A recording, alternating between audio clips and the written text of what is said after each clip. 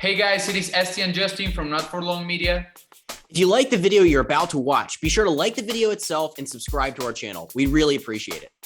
Enjoy the video, and also don't forget to follow us on our socials at Not For Long Media on Twitter, Instagram, and Facebook. What's going on, everybody? We appreciate everybody tuning in to another episode of Not For Long Media. I'm here with Jack in the back, Jack Connell. Jack, how you doing today, buddy? Doing good. You know, it's a great start to the week so far. Got some Masters talk going on. Sixers NBA playoffs are heating up almost. A couple weeks away. Final games of the regular season. Crazy NFL draft talk. Bunch of trades yesterday. Yeah, trades every day in the NFL. Players, now draft picks. It's like, how much can we just continue to dominate? Plus, all the things that are going to happen on draft day, there's so much more to that. I think a lot will happen on draft day. Why wouldn't it? It's already happened now. There'll be players traded from teams for draft picks. There'll be players. It's going to be the most unique time in NFL history. This has been unbelievable. You know, the greatest player of all time comes out of retirement. He still could have won an MVP last year. This isn't some swan song situation here. All the trades, the cap space. Is there a cap anymore? Do we have one? The salary cap. Then you have March Madness that happened with Kansas winning last night. This is the opening segment to the Edgar Thompson interview. Edgar has covered golf for decades now. He writes for the Orlando Sentinel. He covered me at Florida as a player. We played golf together at Florida. He's a tremendous golf mind. I thought it'd be great to come on and just give some insight. We talked a lot of Tiger Woods. We talked a lot of Florida Gators, football, other sports, some Tebow stories, some Cam Newton stories, some Urban Meyer stories, some stuff that I've never said on air before too, which is interesting. Check that out. So we appreciate everybody tuning in. We appreciate our official sponsor of Not For Long Media. They've been with us since day one. That's our friends over Wealth Advisory Services. The bottom line is, I am so fortunate to work with Paul, Dave, and their team with 100 years of experience at Wealth Advisory Services. They're just great people, and they've done really well by me and my family financially. You'll hear on this podcast today that we just bought a new home in Annapolis, Maryland, and we are so excited for that. We would not be able to buy them without our friends over at Wealth Advisory Services. This is a ever-changing climate when it comes to finances, especially the housing market, as everybody knows. And we were able to do it because of Paul, Dave, and their team. The communication, the plan. This has been a game plan now for years to do this and when to do it and how to do it and how about going about that business. And that's Wealth Advisory Services. They literally are a one-stop shop to anything you need when it comes to retirement, buying a house, 401k planning. They're the best. The personalized approach to managing your wealth. And check them out, wealthadvisoryservices.com, located awesome, really convenient spots. Doylestown, Bucks County, right across from the courthouse, and then Cape May, New Jersey, literally right downtown Cape May, right near the Washington Street Mall, about 100 yards from the mall. Their office is right there too. So if you're down the shore, you're up at home in Bucks County, they're the people to talk to. And I'm really blessed and thankful I've been able to work with Wealth Advisory Services.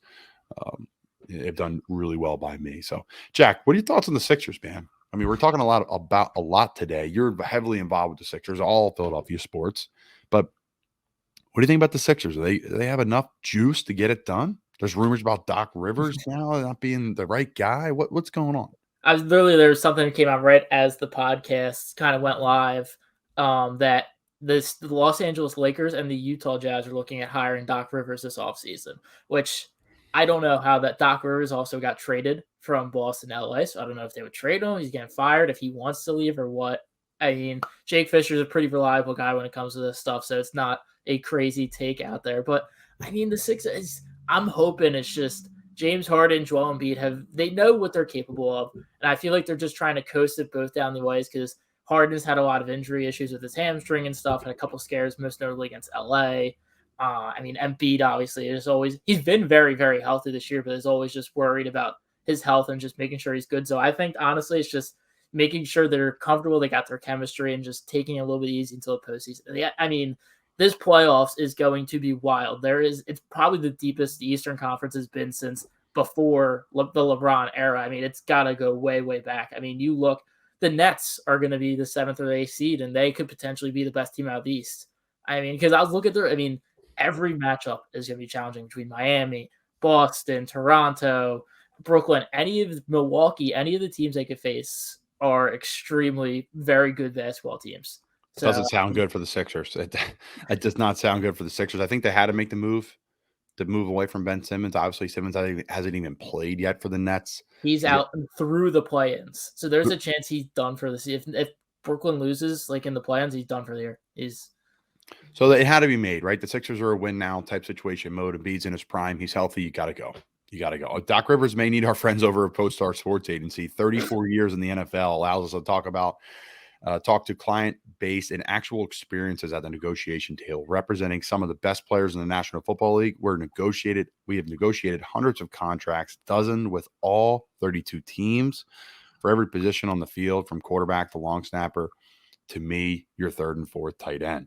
That's why Pro Bowl players, NFL draft picks, All-American, Heisman candidate, and team captains are all a part of the ProStar Sports family. Very lucky to work with ProStar. Was able to meet with Warren yesterday, grab some lunch.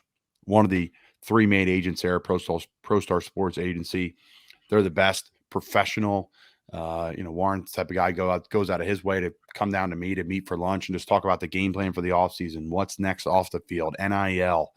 They have it all. They have it covered. ProStar Sports Agency.com. Check them out. An unbelievable team that I've been very lucky to work with. So, Jack, are you a golfer? Are you into golf, Jack? Some of my friends, a lot of my friends actually are very big into golf, and I just have never really it would never really interest me. And I remember like last spring, I went to the driving range and I had somebody take a video of me in my swing, and I sent it to my boss there, Liberty Line, Drew Smith. He's a really big golfer, and he just basically said, you need to change everything. And since then, I have yet to hit the links.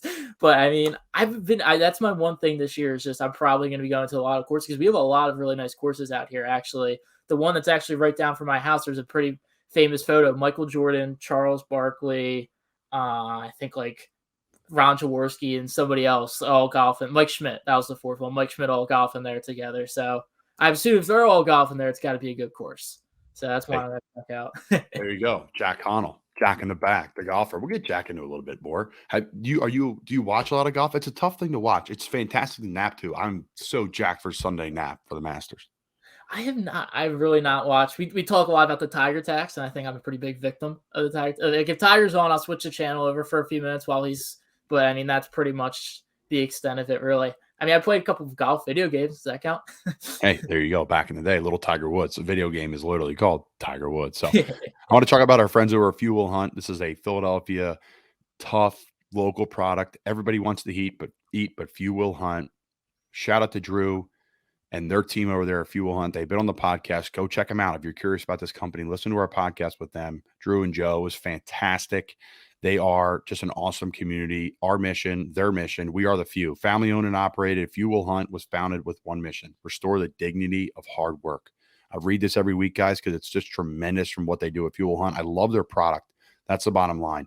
From the banners you get to hang out in your home gym, hang in your office, hang in your bar, that are just little reminders of what it takes to continue to grind at what you're doing, to their clothing, their workout stuff.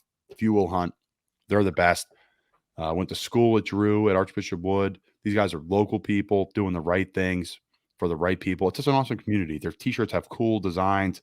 We gave away a t-shirt, which I'll be sending away all the giveaways. Everybody, appreciate your patience with that. I've been traveling a lot, so I've not been able to send everything, but we gave away a Fuel Hunt shirt. That's being sent out.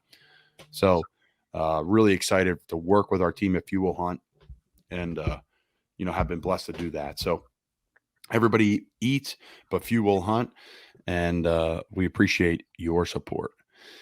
Okay, it's been distracting here. We have crazy birds flying around here, which has been it's an unbelievable thing. We've had a couple squirrels up to the window. I want to talk about a window.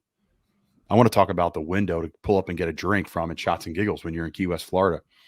How cool is this? You literally get to walk up to the side window when the bar's packed, grab a drink, sit out in the courtyard, have a good time. It's the NFC East bar of Key West. Hang out there. Go watch your Cowboys. Go watch your Commanders now, your Eagles, your Giants. Any NFL game, they have it on. Steve always has an awesome spread. So check them out. Shots and Giggles. Steve and Hanya. Tell them we sent you a not for long media. They're right behind Sloppy Joe. So you're right off Duval Street. You want to get a quick drink, take a break from the just craziness on Duval Street. Use a clean bathroom. Check out our friends at Shots and Giggles. They're really big on Facebook and Instagram. Fun stuff. Locals bar, awesome bartenders. So much to do. And been really lucky to, call them family and have them a part of our family here at Not For Long Media. Check them out, shotsandgiggles.com. All right, Jack, any last thoughts before we headed over to the send it over to the Edgar Thompson interview? Nah, big day, big week for golf. Some might say the best weekend of the year. I don't know if I'm one of them, but some people will. Hey, you know what? Maybe we have to tune in this weekend, Jack. Instead of listening to your, Sixers, the 8th Sixers podcast, you listen to the week, maybe and the Eagles trade in their first round pick for other picks. Maybe, maybe we want to watch a little golf this weekend, learn a few things. I'll be learning, I'll be taking notes, and I'll be taking a nap. Sounds like a plan. That sounds like a fun weekend, man. Maybe I will change my mind. Who knows? I'm getting old, Jack. I'm getting old. Hey, we appreciate everybody tuning in. We appreciate our sponsors. The original, not the original Fud Kitchen. They're doing the March Madness tournament. We have to announce that winner. Wow. We got to take care of that. We're not going to do that right now, but we will announce the winner. $500 to the charity of their choice, which is such an awesome thing that the original Fud Kitchen and us have teamed up with. But really appreciate our official sponsor, Wealth Advisory Services. Again, just got a house, would not have it without them. So wealthadvisoryservices.com. And then our other sponsors, Few Will Hunt, Shots and Giggles, and ProStar Sports Agency. We're going to send over to Edgar Thompson. Hope you guys enjoy the Masters this weekend. Beautiful. Wow. We're live with the great Edgar Thompson, Orlando Sentinel, friend of mine, someone I've been able to, he covered me at Florida, recruiting wise, recovered me in Florida while I was there, recovered me after I left. The mess played golf with you a time or two. Yes, we've played golf together at the Great Bostic Golf Course. I miss that course. There's something about that course. I just like it. I don't know what it is. Old Donna Ross. It's 100 years old last year, in fact. Wow. Is it really? 1921 Donna Ross. Now, they redid the course. So the guy redid it when I first moved here in 2002. I was like, oh man, cool, an old Donna Ross. And the guy in the pro shop's like, oh, Bobby Weed redid this course, a few years ago. I'm like, Bobby Weed, who's that? And they were kind of offended. I got off on the wrong foot with this guy who's still there. His name's Brian. You've seen Brian, and they're kind of curmudgeonly guy. He's a good dude though. So Brian, well, you know who Bobby Weed is? He just did Michael Jordan's Grove 23. So he's a Jacksonville guy, but he's gotten a portfolio since then, is all I'm saying. And that includes now Michael Jordan's course. So Bobby Weed, I should have known who it was. It's a great little course. I miss it. It was very forgiving for someone who would like run out of the weight room and come over to play some golf and just felt horrible. And that's not why I suck at golf. Don't get me wrong. I'm not a good, strong golfer by any means, but it was forgiving for sure, for me at least, at times. It's wide open. You can get some free trouble, but the challenge of those courses, like most Donna Ross courses, is around the greens. Yeah. Well, we're going to talk a lot of greens today. We're going to talk Masters. Of course, it's Masters week. This is an unbelievable time of year, especially if you're Jim Nantz, because you're getting paid a ton of money, but you're also, traveling around, and you get to call all of March Madness, and then you get to call the Elite Eight, and then the Final Four, which ended yesterday with Kansas win by 3, an unbelievable comeback. And then now he will be whispering me to sleep on Sunday as I take a nap, while the probably final group is entering the back 9. Usually when I close my eyes and get a little nap. What's your initial thoughts on this year's Masters? Some storylines, obviously, other than Tiger, and then we'll get into Tiger. Well, Tiger sucked all the oxygen out of the room on this thing, hasn't he? I guess here's a thought I had a minute ago before we got on here. Who'd have thought a year ago, particularly about 11 so months ago, that there'd be no Phil but Tiger? I mean, Phil's winning the PGA May last year, and one of the most unbelievable turn of events. I mean, he hadn't played well for a while, and he didn't play well after that tournament, but he showed up, and that was this perfect conditions, a perfect week for him. And it shows you how things can just come together for a guy in this sport. It's not like the consistency is what made Tiger so phenomenal, because he was consistent at a level that nobody had ever fathomed. And now that's the standard that's applied to a lot of the guys like Spieth or whatever, when he started coming on like gangbusters, or, what's wrong with Morikawa, or Rahm? I heard someone saying Rahm doesn't win enough recently. And I'm like, there is some truth to that. He hasn't won since the US Open, but Rahm's pretty formidable guy and can win any time. JT hasn't won in a while, and JT could be he's among the favorites this week too. So it's funny, the consistency factor.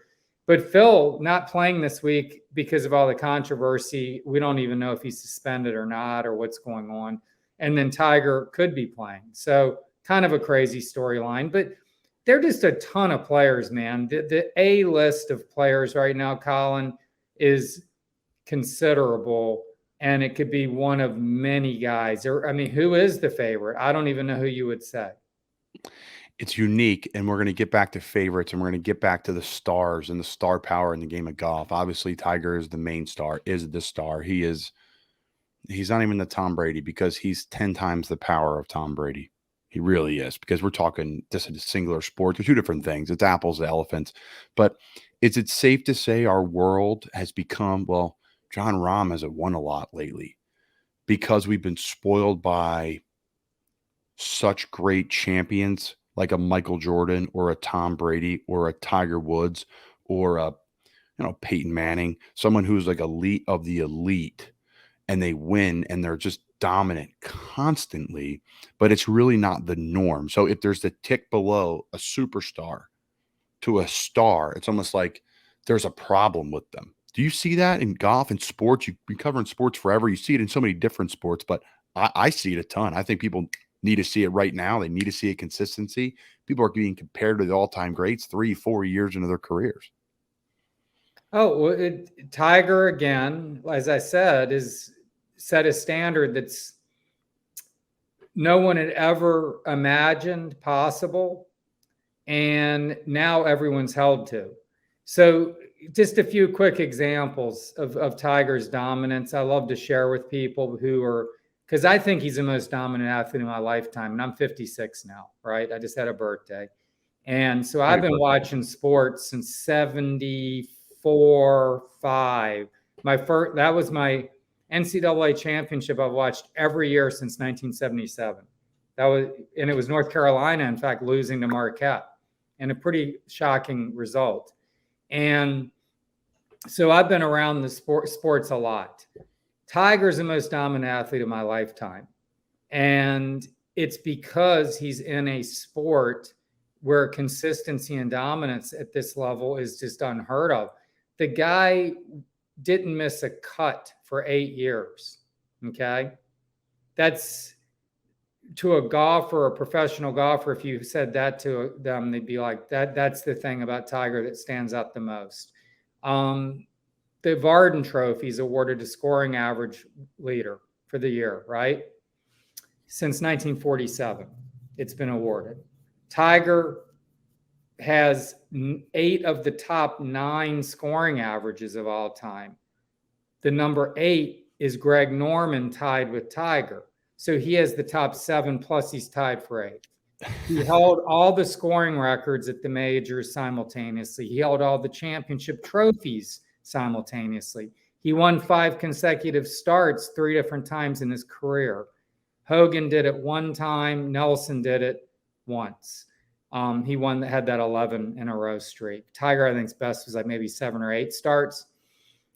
The list just goes on. I'm forgetting things. Just the dominance and forget the shot making. You remember, whether it's the chip in at 2005 Masters, which a lot of people think is the greatest clutch shot ever. Just the things he's put out. What about that shot he hit at Bridgestone? You remember the one where everyone had the lighters out? Hits the 8-iron or whatever from 180 some yards, like a foot in the dark, and everyone's like a concert. The guy has just done things that just wow people. Just these moments he has, and I don't know, man. He's been in some great battles, whether it was Rocco in 08, where he's limping around the course, or Bob May. And these were like nobodies who are going to be remembered in history forever. Rocco Mediate and Bob May, they didn't do much. And Rocco had an okay career. Bob May did nothing. And he's going to be remembered for the end of time by golf fans just because of Tiger. So he elevated other people too. And Phil Mickelson, to finish on him, I mean, with this point, Phil Mickelson was considered, he was going to be the next Jack Nicklaus. He was going to be the greatest thing coming. And he thought that himself when he was 19 years old. Well, just down the road, Tiger Woods was, 13 or whatever at the time and just starting to come into his own on the state, winning US AMs, US Junior AMs and all these things. And he eclipsed Phil.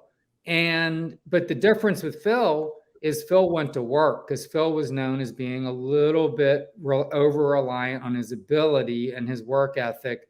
And we even saw as his body kind of like that kind of chubby and things like that over the years. He wasn't as disciplined. And Tiger, he's even said, pushed me to be a much better golfer. Meanwhile, guys like Ernie Els, Tiger just messed with his head. I mean, he has admitted it. Tiger gutted him confidence-wise. Sergio, if there'd been no Tiger, God knows what Sergio would have done. He destroyed that guy's confidence, right? You've seen it. I mean, Sergio would just fall apart. I mean, 06 at Hoylake in the British Open where Tiger won that, the one where he fell into Steve Williams' arms crying because his dad had died recently and all that. Yep. Sergio was winning that tournament. They teed off in the final pairing. He's wearing this canary yellow. Do you remember this thing? Yes. This all yellow outfit, right? He's missing like 3 and 4 footers the first several holes, just coming unglued. And after the tournament, Tiger had shot 65 and Sergio 73.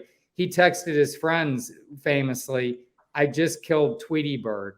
So, and he loved every minute of it. I mean, he didn't like Sergio. So, I could go on and on. I already have about just the things Tiger just did and the guys, the careers that he laid waste to, really, and the record book. I mean, who's ever going to like come along and have that kind of dominance? You may not be able to compare him to an athlete, but you may be able to compare him to a coach. Who am I thinking about? To a coach? Where he's just laid waste to so many jobs, has changed the landscape of the entire sport. Nick Saban. I mean, think about it.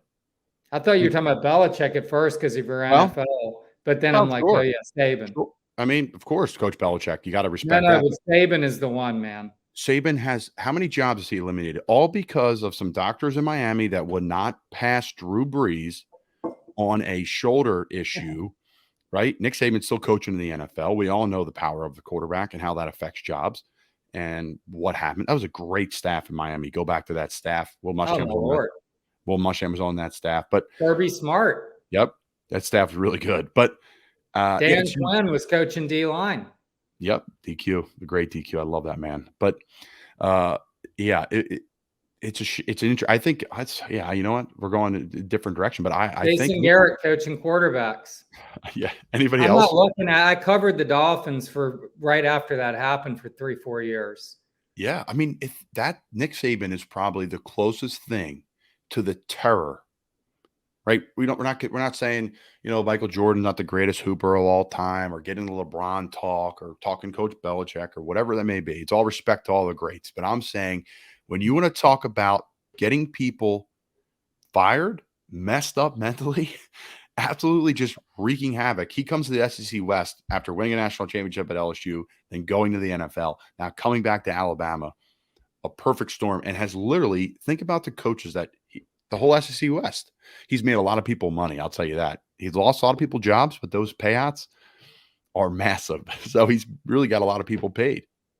Well, I covered the Gators. Did we talk about this at the start? Did that come up? You mentioned I covered you in college. Of course. But I've been based in Gainesville. It'll be 20 years in September. I arrived from New Mexico, where I began my career. And I was in South Florida for about 6 years covering Dolphins and golf with the Palm Beach Post. I'm with the Orlando Sentinel now, as people can see. But anyway, point I'm making is I've been here 20 years. Yep. I was sitting in Billy Napier's office recently. I said, Billy, you're the 6th coach I've covered. He's like, woo. He goes, that's not good. That's Nick Saban. I mean, think about that. That's normal in the entire SEC, unless you are I mean, LSU's had what, 4? Since 2002. I mean, they had Saban, Les, and Ed O. Now 4. 4. A&M's had a plenty. I mean, so well, they're new, but regardless, I'm trying to think. It's a different topic that I'm ill prepared for. But no, you're right. I mean, it's yeah. I think Saban's the only one who can really compare to him in the pure and utter just the trail. Think about Ole Miss. They had Cutcliffe. They had Houston Nutt. They had Kiffin. Now they had Luke. They had Freeze. Yeah, Freeze. Matt Luke. There's been another one in there, I think, too, maybe. But, that's 5. But, yeah, I mean, Gators, man. I mean, Urban left. So here's an interesting one. I mean, we're just wrapping on tangent. Beautiful. Urban. I mean, if I'm Jeremy Foley, okay, who was the AD when you played here, did a phenomenal job in so many ways, hired incredible coaches, 27 national titles on his watch. If I'm him, I'm thinking almost daily about what if Urban Meyer had not left.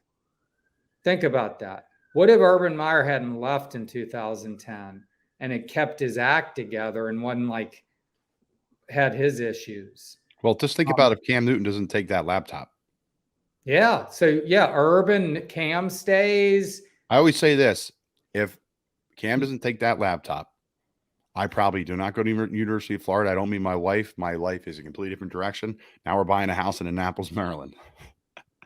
Because all her lacrosse friends in Florida and our family live up here. So they all live, the lacrosse friends are all live in Maryland. So we're here. So I always say this because if Cam Newton's your quarterback in Florida, now I know Urban had some things going on. Got it. I don't know all the insides, but I'll say this: if Cam Newton's your quarterback in Florida, I don't think Urban Meyer's leaving that building. Well, yeah, here. So this is funny. You're bringing Cam into this. So Urban had his health issues and whatever it was because of stress and pressure and I don't know all that went on. I wasn't here at the time, but it's been talked about to death. But part of me wonders how much Cam Newton 2010 season just created a level of bile and stress with that man. I mean, he is sitting here with like John Brantley at quarterback and looking at Auburn, where Cam Newton, you could argue, had the best season in the history of college football as a quarterback pre that Joe Burrow year, probably. That Joe Burrow year, 60 TDs is going to be hard to eclipse. But Johnny Manziel had that awesome year in 12, Tebow in 7 with 51 TDs. But if you go look at Cam Newton, he had like 30, I think, touchdown passes and 20 rushing or 21 or 2. He rushed for like 1,500 and threw for 3. Only had about 5 or 6 picks. I don't have it in front of me. But he had no one around him, dude. There's not anyone on that team other than Nick Fraley that ended up in the NFL. That team was not very good. It was a good, decent SEC team, but it was like he elevated a team that had limited playmakers and all that to a national champion. Is that the Mount Rushmore of the SEC? Is he on it? Quarterbacks? Cam Newton? I mean, it's based on only one season. I mean, Werfel's on it. Tebow's on it. Wow. Okay. No, I know it's another topic for another day, but it's. I mean, I guess, right? I mean, Werfel was like set everything record in the world, and then Tebow broke out all of them. Don't you got to put those two on there? Why does Tebow get? I love it. I love how we're off the rails. Why does Tebow get so much hate? I don't understand it. This is a guy, I went on this podcast and I defended him because people are ripping him for Jacksonville, all this stuff. I still think if Tim didn't stop playing football, he would still be playing tight end in the NFL and be a tremendous H-back, tight end, fullback, special teams guy, wildcat quarterback, I think his role. But if he'd gone in and decided that's what I'm going to do? Well, I think if he just made a natural transition, I'm playing quarterback, I'll take some snaps in OTAs at quarterback too. When you guys need me, I'll be ready to be the red zone guy. I can be our backup quarterback if stuff goes wrong, right? I mean, Tim's a great backup quarterback. Like, you can run the ball with him and he can complete passes when he's needed, et cetera, et cetera. But I think if he just made a natural transition over a 3-4 year period, I think he's a 10-year NFL player. I really do, because he can do it all. You would know better than I. I think he would. I think there's roles in the NFL for third, fourth, fifth tight ends. I'm one of them, where you don't have to be this game changer, but you can be a role player that can do a lot of different things, fit in different holes, kind of find your different roles. And offensive coordinators say, okay, I have this guy named Tim Tebow. He can throw. He's tough. He's physical. He can run. Okay, we're going to bring him in the goal line package. We're going to give you options there. He can block, right? This is, again, if he stayed in the game. But then he went and go play baseball and almost made it to the highest level and worked his way up through the ranks. So I don't get the hate for him. I don't get it. This guy, plus he's a class guy. He has galas, whatever the word is, for special needs kids like 4 times a year. And flies them in and brings them in and all these different things. Dances with these young women who have handicaps and they just are just crying. They're just they love this man. I went to his high school signing. Okay. Yeah. Venice. Right? No, not Venice. That's Trey Burton and Clay. It was St. Augustine Nice. That's it. So we went out there. It was like a media event. I mean, it was in an auditorium. You wouldn't have believed the buzz. And there were like young girls. I mean, look, the guy's like a GQ model on top of everything. But these girls are just crying. Oh, Timmy. I mean, you'd never seen anything like this. I'm like interviewing like 16-year-old girls that are crying that he's leaving like school. I mean, he has a real power about him. Meanwhile, okay, we can transition now back to golf.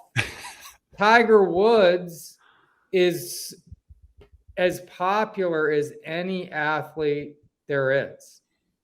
Yeah. He's the most recognizable athlete on the planet Earth, I would argue.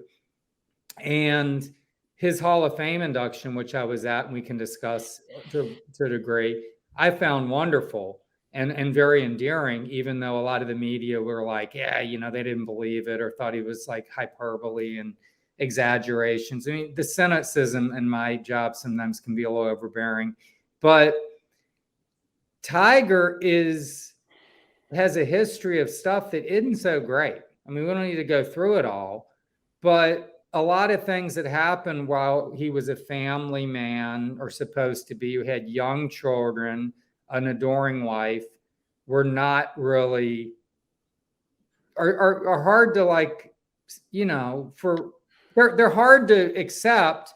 I'm not being judgmental. I mean, I'm not judging him. I like Tiger. I think he's been wonderful. And when he came back, I've covered Bay Hill the last whatever. I've covered the Players since 2010. I've covered like a dozen of those each at least.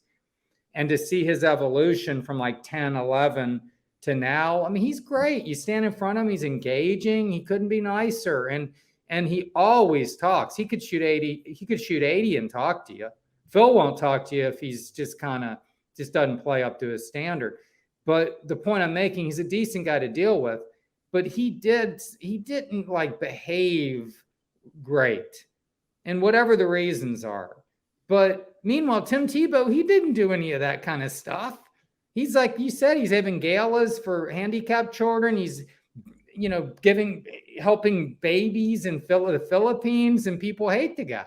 It's crazy. And he reached the highest level, right, in football, the highest level in baseball, debatable, right, but one of them. And he didn't pick up a baseball bat for like 7 years or whatever it was. Like crazy, just insane. So that's what that upsets me so much when people rip that guy. It's like, what do you stand on to like, this is the ideal like human and all that stuff. People are like, I don't believe that stuff, that he's never had a sip of alcohol or sex before marriage. That's all real. I've heard confirmed from dozen people, players, coaches, media, people that I know are very, very, very close with him. Whatever, like all the stuff that people think that he doesn't even like advertise. I don't know. We could go for on about Tebow, but it blows my mind as someone that gets to the highest level in 2 sports, couldn't be better pro, couldn't have been a better Florida Gator. The speech. I mean, the guy couldn't even go to school. I was talking about that to somebody today on a previous podcast. They had to take him in a police escort a quarter of a mile to practice. Like the guy didn't, think about how much money he made for University of Florida. Didn't get a check back, right? Yeah, his NIL would have been insane, right? They're still selling 15 jerseys. He should be getting a piece of that now. Yeah, I mean, he was incredible. He gave us a little deal. I was at a board of trustees meeting It might have been last year's, because, you go there about budget, and with the pandemic and everything, there's been obviously a lot of story, just a lot of news coming out of the university itself, like how they were going to like navigate this whole thing. So anyway, Tebow, there was this thing that Tebow was doing. I can't even remember what it is, to be honest, but he gave a little talk about his dad. And I think his dad has Parkinson's right now, tragically. Yeah, I don't think he's well, Bob. But, or not 100%. I don't know where it's at. I don't want to say anything that's inaccurate. But anyway, Tim just had a few thoughts to share about his dad and how he was my idol and this and that. It was so heartfelt. It was so real. It was so touching. And I'm very close with my dad, who's 82 now, 83 this month. And we talk all the time. And it's like, it just touched me, man. And he can express like stuff with such poise. I mean, he's a pretty amazing guy. That's all I'll say. Meanwhile, there are plenty of other athletes that maybe aren't quite as amazing behind the scenes and all that, and they have some skeletons and their, houses aren't in order, and that's fine. I don't judge. But man, for people to like have all that negativity thrown toward Tim is a little hard to kind of fathom. No question. True pros pro, a great human being. I digress. I love Off the Rails. It was fantastic. Little Tebow talk. We're getting some Gator talk here at the end of it as we wrap things up. About 20 minutes or so. Tiger Woods is now live, folks. He's going live on air, and Jack in the back is on it to see if we have anything breaking news. We'll see if Tiger is he going to play or not. I mean, we've been waiting. Like every day I wake up, I go on Twitter and put Tiger Woods in the search to see what the news is, and he still hasn't committed. It's unbelievable, the pictures, and we're going to move on from Tiger in a little bit here, I promise, folks. But the pictures of his practice round yesterday looked like a Sunday championship. He wasn't in the red, of course. It was Monday. But those pictures, think about how much money he drives into this sport. Think about the sponsorships. I wonder if they have a little footnote in the sponsorships for the Masters. If Tiger plays, you owe us X. If Tiger doesn't play, you owe us X. Like, just the amount of money, the impressions on social media, the clicks we'll get on this and the views we'll get on this because we're talking Tiger Woods. The amount of money he spreads out, you can't even add it up. It's billions of dollars. It's insane. Like you said, there is nothing like this in the history of sports that one person can move a meter. I mean, he should do this every single year, whether he's healthy or not, whether he doesn't play. He should just do this because if he can go hang out, probably have a good time, catch up with everyone. I saw him this morning. He's BSing with Rory at the range, and he just seems like he's a retired golfer, a retired like businessman turned golfer now or whatever. And he's just hanging out, and he still hits the ball great, probably hits par. And, it's not the player he was or the person he was, but he's just a shell of himself. Looks like he's having a great time. But my point is the amount of money he's driving in is just – you can't add it up. There's no way to add it up. So No Laying Up podcast, which is a good one. I listen to Shotgun Start often. Andy Johnson's really astute. I like him. But No Laying Up calls it the Tiger tax. So they'll see a guy it could be, Shep Straka or whatever. I mean, he won the Honda, so I shouldn't trash him. He did win an event. But it could be some guy who just regularly finishes, 18th, has a 12th, a 33rd, and just the earnings a guy's making. I mean, Charles Howell has won 3 times. The guy's made like $45 million playing golf. And they're like, what's the Tiger tax on that? And it's like, that's a funny line, but that's what they call it because 80%, 80% maybe 70%. Well, it's significant. So Colin, when he came on tour in 96, by 2003, I remember this for sure. They made a rule. If you were going to sponsor a tournament, the purse has to be $3.5 million minimum. There were a lot of tournaments that were less than $3.5 million now. There's like maybe 2 or 3 LPGA events right now, the U.S. Women's Open and a couple like that are 3.5 or more. The women are regularly playing for $1.5 million, $2 million. That's the range. It's awesome. Think about what it's done just for. Paul Casey finished 3rd in the Players this year and got $1.4 million. That's the purse. of a women's event. And just think about business owners, golf stores.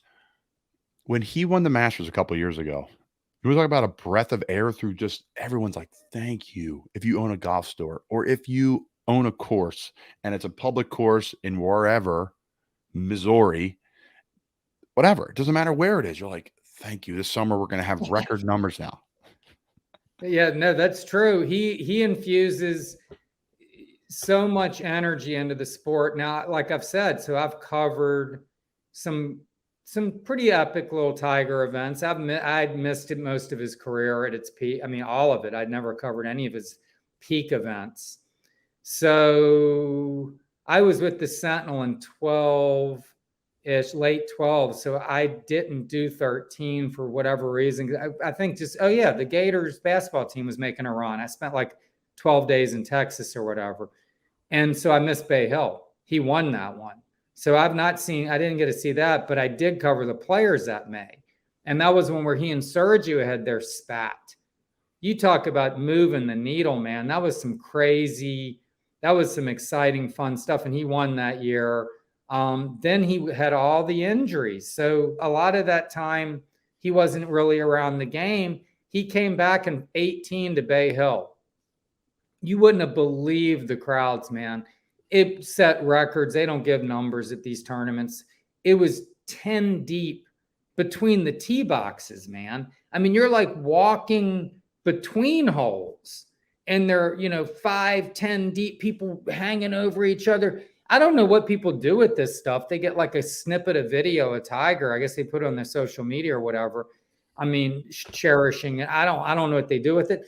I mean, it seems superfluous. But anyway, the point being is I couldn't believe what I was witnessing. I'm like, this guy, the crowds were just insane. And then the next year, okay, he's supposed to play, right? And ESPN's there, Ian O'Connor, Ian. Yeah. He's there. Gene Wojciechowski's there. Kevin Van Valkenburg's there. I mean, there's name media, the groups there of some big time people, which Bay Hill didn't have that this year. Tiger withdraws that Tuesday. The next day, none of them are there. They all went home. Well, I mean, it's even in perspective of football too. When we signed Cam Newton, who I adored as a teammate, he was great to me and I thought he was professional and smart and well spoken and articulate. I mean, Cam was awesome. I enjoyed Cam. I really did. I mean, when we were on our skid and Cam came in, we were like 4-5 then. We were still in the mix. Cam came in, we were 4-5. We went to 5-5 when he came in. We beat Arizona. In Arizona, we had like 5 or 6 media members at practice. He came the next day, there was 30. Yeah. 40. Right? That's how it goes. But I mean, that we could talk. I mean, the Tigers is like he's Nick Saban. He's even bigger than Nick, but he's the next closest person of just devastation is Nick. I think we agree on that. Maybe just on top of our heads. But I want to transition to some other players. Yeah. Let's talk about some of the other guys. There's some studs in the game right now. One of them is Bryson De Chambeau, it's been fun. He's created some, there's the riff between, him and some other golfer and Brooks Koepka and all these different people, which is great for golf and tremendous. So there's some drama and some fun. Again, more things to talk about. And then there's, his swing and his power, and he's a little bit dinged up, and there's some great stories, and we'll get into some other stars. But what do you think about Bryson, what he's done for golf? Well, he won Bay Hill in 2021. Last year, and again, he was moving, man. You talk about excitement. That 6 tee box, which is the big dog leg over the lake, which, God, I can't even imagine. I mean, I hit 20 balls in that. I couldn't even get it over onto grass. He is blasting it. Now, he didn't quite go for the green as he was stating. He was laying up like maybe 80 yards out. But to clear, I mean, it's like 350-yard carry. And he does this whole thing where it's like you've seen him on the tee box, but you don't get as much of it on TV because they're not going to show all the rigmarole before a shot. They just kind of go and the guy's over the ball. There's all this like he's doing deep breathing and movements. And it's kind of bizarre to watch. Excuse me. And then he gets up and just absolutely just swings out of his shoes. And the compression and the center face contact, for him to be swinging at those speeds and to actually be able to control that golf ball at all is amazing. Because it's the farther it gets, more variables start to come in. Now, the ball is designed differently now. It's not the wound ball that is harder to control. I mean, these golf balls are almost, they're so technologically sound to, to stay straight. They're not going to spin. They're not as spinny, but it's unreal what he does. I mean, he takes it to a whole nother level. I mean, he was hitting a 6-iron or something from 240 something. It's ridiculous what he's done. Now, there are a couple guys, Tony Finau, I mean, he can generate some insane club head speed.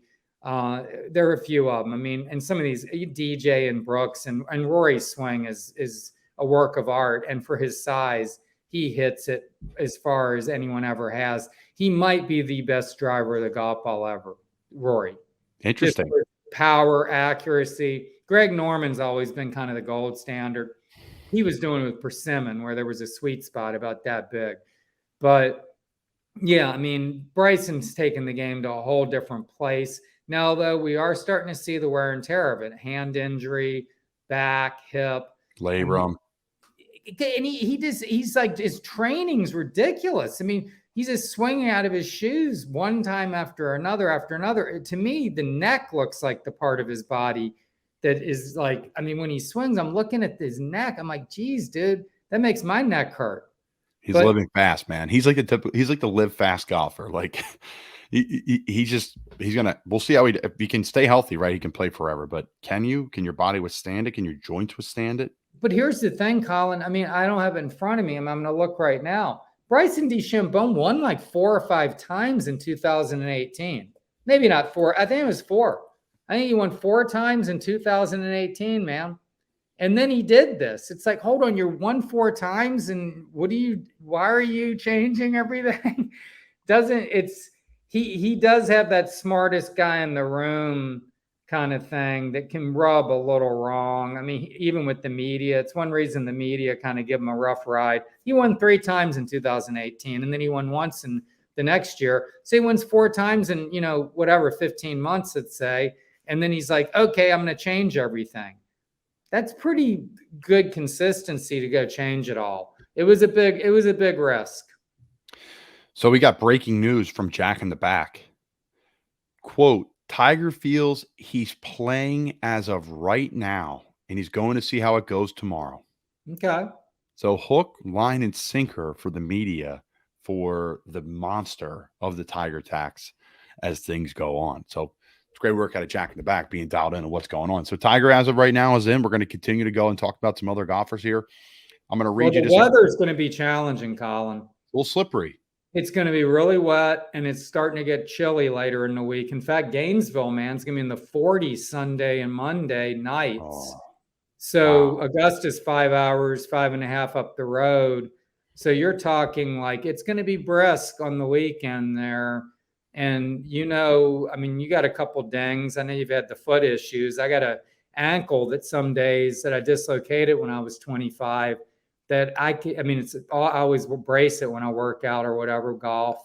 And like, I'll start feeling it later because when the rain starts coming in. Tiger's got my ankle like on 10 parts of his body.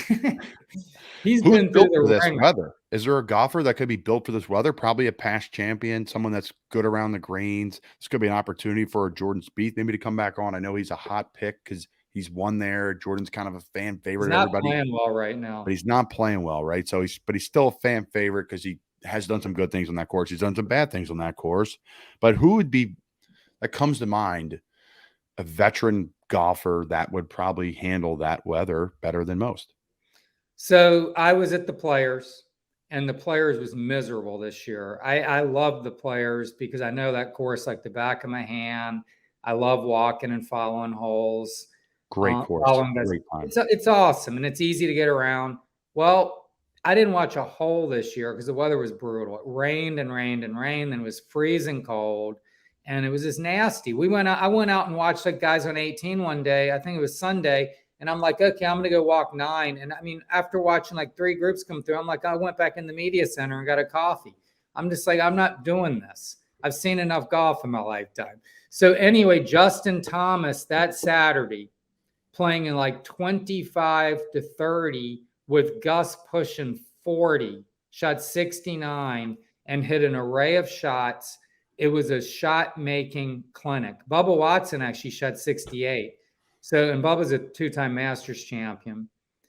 Shot-making, if it's blowing, if it's conditions are challenging, it's guys who can get creative. And he is, I'm Justin, not Bubba. I don't think Bubba's got it in the tank. I mean, Justin's played really well this year and just hasn't cashed in. That guy, man, can hit more shots than anyone out there. He is the best shot maker on tour. He's a stud. Very, very good chipper and pitcher. So a guy like Victor Hovland, it's like, you know, he's a bad chipper and pitcher by the pro standards.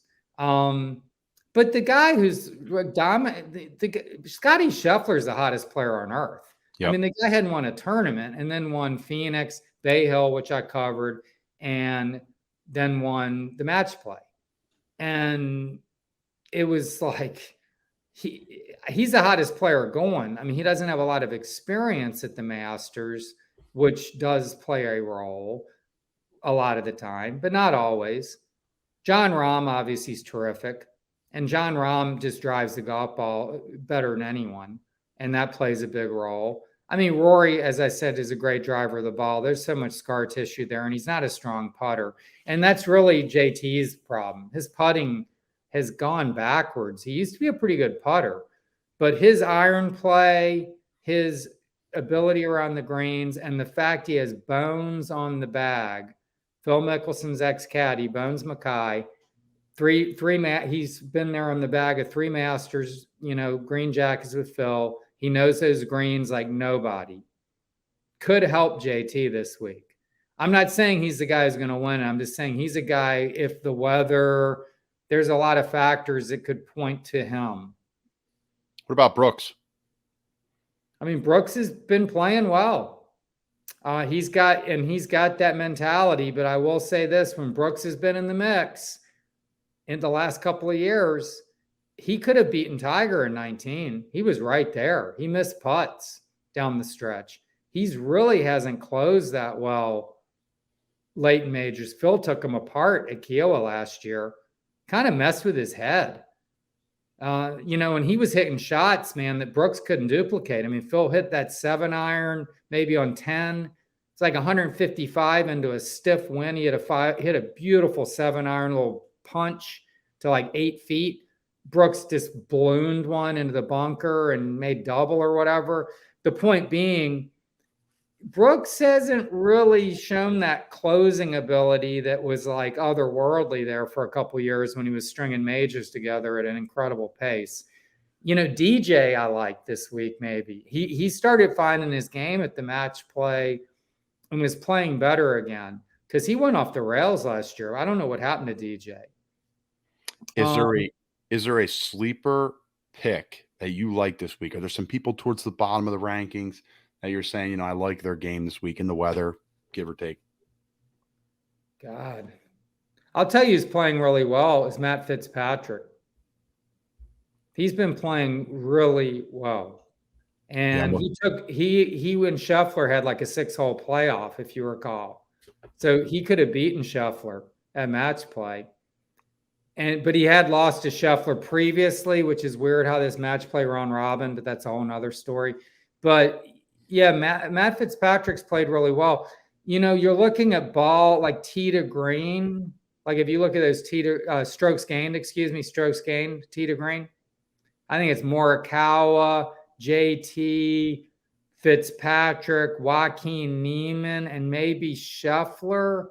Hovland's up there. Those stats are really very telling because you got to, you know, get your golf, man, you got to keep your golf ball in front of you at this course, you can't get in a lot of trouble. It's just so demanding around the greens, man. You just can't be scrambling all the time at Augusta. I remember when Rory lost. Remember when Patrick Reed won? Yes. Remember that in 18? Rory's in the final pairing. Guy hit like 4 greens that day, 5 maybe. It was brutal. Shot like 74 or 5, just a total choke job. He was just off all day. You just can't play the course that way, man. You got to hit greens, or you can't just be in no man's land all day in that course. I don't know, man. I mean, that's a guy. I'm not looking at it in front of me. I mean, I certainly could pull it up and take a few more shots. I don't know. Do you got someone you like? You know what? It's just been interesting, and I've been going through it, and I want to, fill out who do I think's going to win and put it online and kind of just test it out. But I think it changes things with the weather. I think it's interesting you bring up Matt Fitzpatrick. That was someone I was looking at before. Oh, is it? Okay. Yeah, it's funny you said that, because I was just looking before, and I wanted to look at what he's done. I think experience is going to play a role. I really do, because there's stuff going on drama-wise. Tiger Woods is there. We don't know what's going on there. There's a lot of attention being drawn from a lot of different players. That's probably a good thing. If you're maybe a high-ranking guy that's been underachieving, like Jordan Spieth, someone who's just, I don't know, for some reason, I don't know. I know he's not playing great. I don't see it this week. Yeah. So I love Jordan. I mean, Jordan, for a while there, he is my favorite player to watch. I love him. So you got Justin Thomas, Spieth, Koepka, Rahm. Cantlay has got pretty good odds, I think. Cam Smith, DJ Rory. Cam Smith was wonderful with the players. Yeah, I mean, he was wonderful there. The weather wasn't great there. And I think also with Cam, I heard him today in the press conference this morning, he was just talking about, he said, after the players, I've taken 3 weeks off. I've worked on my game a little bit. I took some time away. I'm rested up. I feel confident. I got to the Masters early. Like he's all in on this thing. I know they all are, but he's coming in 100%. He's coming in with some confidence. So I think that's someone that I'll probably put on my list of someone to watch too. Here's a couple others I'm looking at. Corey Connors. He was around last year, if you recall, at the Masters. He was lurking. Just not a good putter, though, man. You got to make some putts in the end. There have been some guys who aren't great putters who've won this event. I mean, Vijay Singh, notably, not a great putter, won it in 2000. But he was just striping it all week. I mean, he wasn't putting outside of 10 feet all week. I do like him. Russell Henley's a guy who really can get the putter going and has played the last couple pretty well and is a Georgia guy. I don't know about Kisner, though he did play so well at the match play. I'm just kind of going out. Shane Lowry. That's another guy. I love his swing. He's such a great long iron player, and he can play in some weather. So, you could just go down and convince yourself on a lot of different guys. I mean, Louis had such a great run in the majors last year. Hasn't really shown that form yet, but he shows up, man, at the majors and he's played Augusta really well. He's living in Ocala now. Did you know that? Really? Yeah. He's living in Ocala. I love Louis. I just like his personality. I think he just seems like a good guy. Xander Schofley, we haven't mentioned. I mean, he topped the ball in the water on 16 while he had a chance last year. You got to think he's going to be lurking. I mean, he seems to play really well in that course. So there's a few more names for you. Will Zalatoris, last guy on the whole list. Willie Z last year, I finished runner-up, and you talk about a ball striker. I don't know that anyone hits irons better than him on tour. I mean, Justin Thomas is right there, Morikawa. Those are probably the 3 best iron players on tour right there. There you go. I mean, there's your list, folks, for those keeping score at home that want to know what's going on and where they should be placing their bets if they're into those types of things this weekend. We'll see what happens. It's going to be fun. This is the best time of year of sports. I mean, I know people say football season's great, but I'm working during that season, so I don't really get to enjoy that one like everybody else does. But I digress. This is a hell of a time. March Madness, MLB starting, the Masters. Some of the golf tournaments are heating up here as the summer approaches, hopefully quicker than slower for up here, though us in the Northeast, even though it's always summer in Gainesville. You're living in Maryland? Yeah, so we just bought a house in Maryland, actually, as of last night. Annapolis is nice. Yeah, man. So we just bought a house here as of last night. We're very excited. Oh, really? Yes. Nice, man. Yeah, Congrats. yeah. Thank you. Yeah, I thank you. like Naptown. Naptown, baby. There you go. Yep. We it. love it. We love it. We love it. I'm from Richmond. Oh, there you go. Beautiful Richmond, Virginia. I want to talk about in our last, 2-3 minutes here as we'll finish up here at the bottom of the hour. There's been some changes to some Gator football. Coach Mullen, how many BCS bowl games did he go to? They went to 3 straight New Year's 6, but we already started seeing the foundation getting creaky by that third one against Oklahoma getting blown out. Okay. And then he's gone, Coach Mullen. Philly guy. It happened quickly. And then Billy Napier. So can you talk about why it happened so quickly for Coach Mullen? Because that was a little bit of a shock to me. Again, I'm not as dialed in with playing, in the league. I don't have as much time to watch a lot of stuff to really dive in like I used to. So can you touch on Coach Mullen and then talk about Coach Napier, who had a hell of a run with the Raging Cajuns and seems like a great coach, great guy? It comes down to recruiting.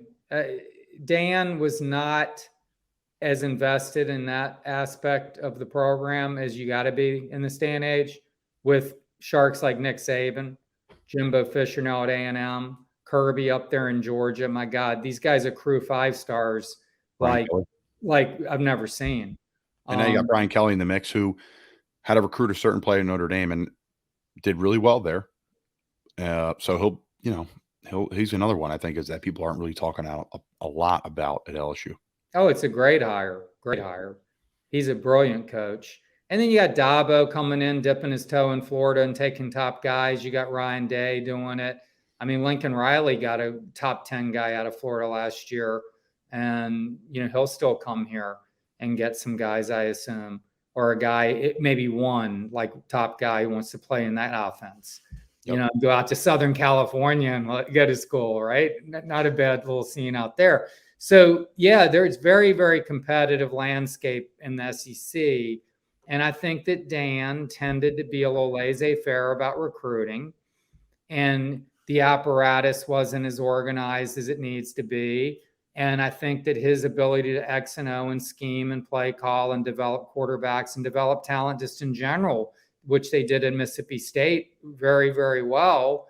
And, fielded some really good teams, but solid performances and good teams that don't win the big games was okay at Mississippi State, right? That was an okay standard. At Florida, you got to win those games.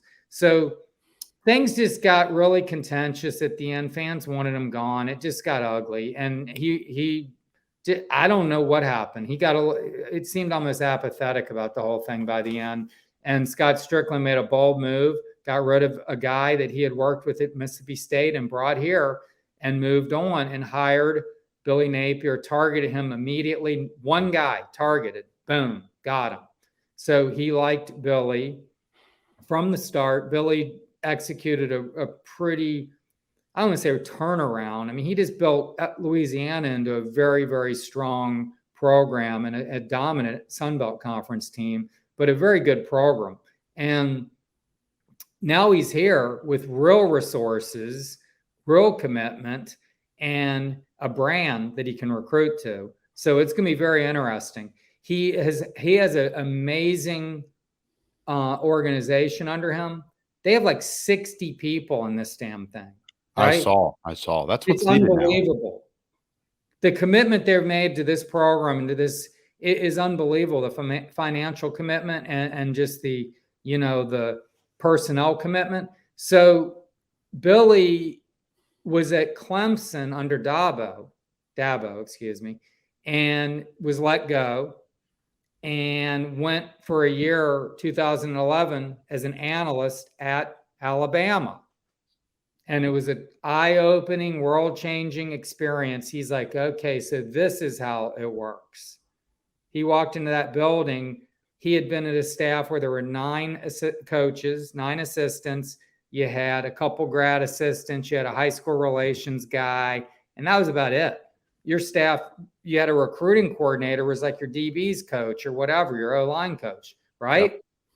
Well, he goes to Alabama, and it was a deep roster of analysts and personnel, quality control people, all these types, figuring out everything, analyzing recruits to the nth degree. And he saw this. Then he went for a year with Jim McElwain to Colorado State after he left after 4 years as OC, including 2 national titles, spent a year there, came back to Alabama for 4 years as wide receivers coach, and really got the blueprint ingrained in his brain. He paid attention, took mental notes, and Billy is very methodical, sharp guy, hyper organized, meticulous as heck.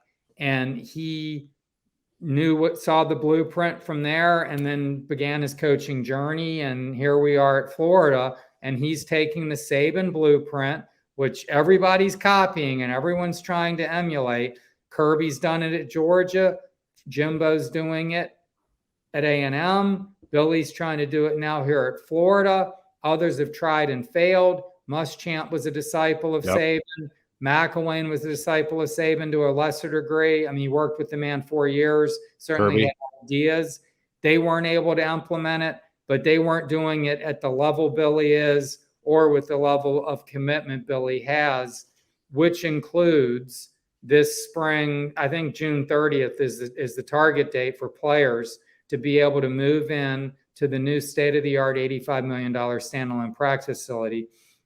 That Florida has not had a thing like this that every other school does and has had in some cases for years. So now they're going to be able to recruit to something like that. And it's just going to be a game changer. Right now, Colin, they are busing. You talk about Tim Tebow doing his quarter mile thing. It made me think they're busing the entire team from the stadium to practice each day. I mean, I literally can walk from the stadium into practice in the time I just have talked here about Billy Napier. It's that close, but they added it up that it's 20 to 40 miles of walking during the course of, from here to whatever. And they don't want to put those miles on these kids' legs. Okay. Wow. Well, with the standalone, they just walk out the door and they're in the practice field.